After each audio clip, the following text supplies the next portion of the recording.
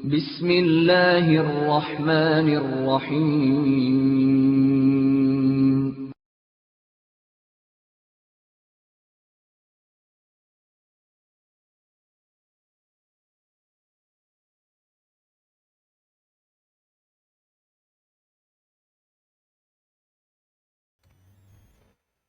Bismillahirrahmanirrahim. Assalamualaikum warahmatullahi wabarakatuh. Pemirsa yang semoga dirahmati oleh Allah Subhanahu wa taala, di antara prinsip hidup seorang muslim adalah tidak menyekutukan Allah dengan sesuatu apapun, baik itu dengan malaikat maupun para nabi.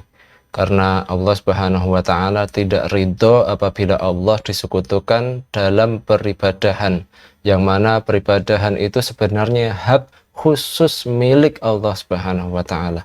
Annallaha la yardo an yusroka ma'ahu ahadun fi ibadatihi la malakun muqarrabun wa la nabiyyun mursalun. Sesungguhnya Allah tidak ridho apabila Allah disekutukan dengan sesuatu apapun dalam hal peribadatan, baik itu Allah disekutukan dengan malaikat maupun para nabi. Dalilnya adalah firman Allah Subhanahu wa taala, a'udzubillahi minasyaitonirrajim, wa annal masajida lillahi fala tad'u ma'allahi ahadan.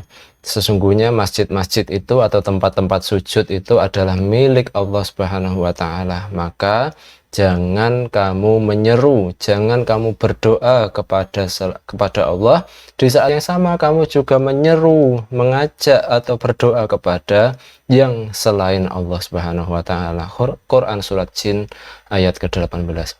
Inti dari prinsip hidup yang satu ini adalah agar manusia itu menjauhi perbuatan syirik. Syirik itu secara bahasa gampangnya adalah menyelingkuhi Allah, menduakan Allah. Kita beribadah kepada Allah, tetapi di saat yang sama kita juga beribadah kepada selain Allah. Kita berdoa kepada Allah, kita di saat yang sama juga berdoa kepada selain Allah.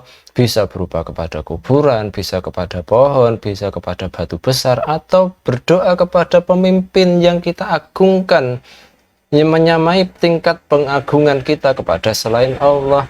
Ini disebut syirik. Kita meyakini bahwa Allah itu maha mendengar, lalu di saat yang sama kita juga meyakini bahwa wali fulan yang berada di jauh sana itu bisa mendengar apa kata-kata yang ada di dalam hati kita. Na'udzubillah. Ini bahasa gampang dari syirik. Jika seseorang itu tidak rela diselingkuhi, maka bukankah Allah itu lebih tidak rela, lebih berhak untuk marah apabila diselingkuhi? Suami menyelingkuhi istrinya, urusan ini masih dalam tahap berbuat jahat kepada sesama manusia, suami kepada istri, istri kepada suami. Tetapi jika seseorang manusia itu menyelingkuhi Allah, ini sudah masuk ranah kejahatan kepada Allah Subhanahu wa taala. Kan bukankah kita masih ingat bahwa di prinsip yang pertama lalu kita sudah belajar annallaha khalaqana wa razaqana. Sesungguhnya Allah itu yang menciptakan kita, Allah itu yang memberikan rezeki kepada kita. Lalu bukankah ini suatu kejahatan yang luar biasa besarnya kepada Allah apabila seseorang itu menyelingkuhi Allah, menyekutukan Allah, berbuat syirik kepada Allah, padahal Allah yang menciptakan kita, padahal Allah yang memberi rezeki kepada kita. Coba bayangkan, bukankah hati istri itu begitu tersayat-sayat, tercabik-cabik ketika sang suami yang dia cintai, suami yang dia layani, suami yang anaknya itu dia kandung dan sang istri harus menyusui 2 tahun, kurang tidur, kurang makan, tidak enak makan, harus capek, dan lain sebagainya, tetapi sang suami justru main selingkuh dengan wanita lain.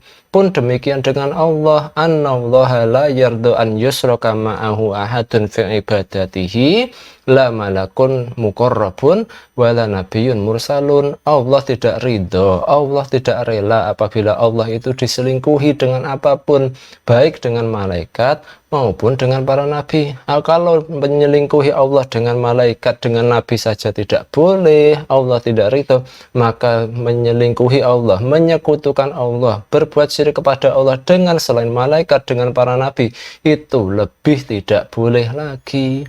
Pemirsa yang semoga dirahmati oleh Allah Subhanahu wa taala, paling tidak bahaya syirik itu ada 3. Yang pertama, syirik itu adalah dosa yang paling besar. Sahabat Abdullah bin Mas'ud radhiyallahu anhu itu pernah bertanya kepada Nabi Shallallahu alaihi wasallam, ayyudan bi a'dama indallah, dosa apa yang paling besar menurut Allah, wahai Nabi Shallallahu alaihi wasallam. Kemudian Nabi Shallallahu alaihi wasallam menjawab pertanyaan sahabat Abdullah bin Mas'ud itu tadi, anta ja'ala lillahi nidan wa huwa khalaqaka, engkau menjadikan sekutu bagi Allah padahal Allah yang menciptakan kamu. Ini bahaya syirik yang pertama. Syirik adalah dosa yang paling besar. Bahaya syirik yang kedua adalah syirik adalah dosa yang tidak diampuni oleh Allah Subhanahu wa taala apabila seseorang mati dalam keadaan belum bertaubat dari dosa syirik yang pernah dia lakukan, dari dosa syirik yang pernah dia perbuat. Allah mengampuni dosa selain syirik, baik itu dengan cara memberikan grasi atau rahmat Allah Subhanahu wa taala. Oh, kamu pernah melakukan dosa ini, Allah mengampuninya, celing gitu aja. Cara kedua Allah mengampuni dosa selain syirik adalah seseorang itu dicuci dulu di dalam neraka, dicuci dulu dari dosa yang pernah dia lakukan di dalam neraka, kemudian setelah suci bersih dicuci di dalam neraka, kemudian diangkat masuk ke dalam surga. Ini adalah cara kedua Allah dalam mengampuni dosa selain syirik. Tetapi orang yang meninggal dunia dalam kondisi belum bertaubat dari syirik, orang yang belum bertaubat dari syirik kemudian dia meninggal dunia, maka orang ini kekal abadi di dalam neraka. Allah Subhanahu wa taala berfirman, a'udzubillahi minasyaitonirrajim, innallaha la yaghfiru an yushraka bihi wa yaghfiru ma duna dzalika liman yasha wa may yusyrik billahi faqad iftara itsman adzima. Innallaha la yaghfiru an yushraka bihi. Sesungguhnya Allah tidak mengampuni dosa syirik. Wa yaghfiru ma duna dzalika liman yasha, tetapi Allah mengampuni dosa selain syirik sesuai kehendak Allah. Terserah mau Allah mau mengampuni seseorang yang melakukan dosa selain syirik. Wa man yusyrik billah faqad iftara itsman adzima. Siapa saja yang sudah berbuat syirik kepada Allah, maka sungguh dia telah melakukan dosa yang paling besar. Quran surat An-Nisa ayat 48. Ini dosa yang kedua. Bahaya syirik yang kedua, orang yang melakukan syirik dan meninggal dalam kondisi belum bertaubat, dia kekal abadi di dalam neraka. Tetapi kalau dia masih hidup, dia sekarang bertaubat, kemudian mati, insya Allah dia masuk surga, asalkan dia tidak melakukan pembatal keislaman. Kemudian bahaya syirik yang ketiga adalah syirik akan menggugurkan, menghapuskan semua amal kebaikan kita. Maksudnya, jika seorang itu melakukan amal soleh, sholat, puasa, zakat, sedekah, atau yang lainnya selama bertahun-tahun, lalu dia melakukan satu saja perbuatan syirik, maka semua amal kebaikan yang sudah lalu itu akan terhapus, gugur, hilang, tidak tersisa, tidak dihitung oleh Allah, tidak dicatat oleh Allah Subhanahu wa taala. Itu jika dia meninggal dunia dalam kondisi belum bertaubat dari syirik tadi. Tetapi jika dia sempat bertaubat, maka sebagian ulama berpendapat maka amal-amal atau pahala yang kebaikan yang dia lakukan sebelum melakukan syirik itu akan dikembalikan lagi kepada orang tadi. Allah Subhanahu wa taala berfirman, la in asyrakta la yahbatanna amaluka wa la takunanna minal khasirin. Jika kamu berbuat syirik, sesungguhnya sungguh akan terhapus semua amalmu dan sungguh kamu akan menjadi orang yang rugi.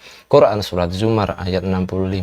Inilah bahaya syirik. Jadi mari kita tanamkan di dalam hati kita satu prinsip penting.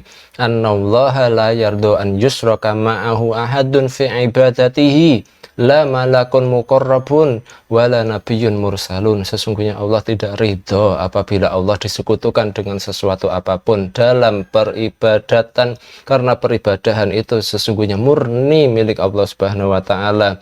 Allah tidak rela, tidak ridho jika disekutukan dengan malaikat, dengan para nabi, apalagi yang lainnya. Demikian, wabillahi taufiq wal hidayah. Wassalamualaikum warahmatullahi wabarakatuh.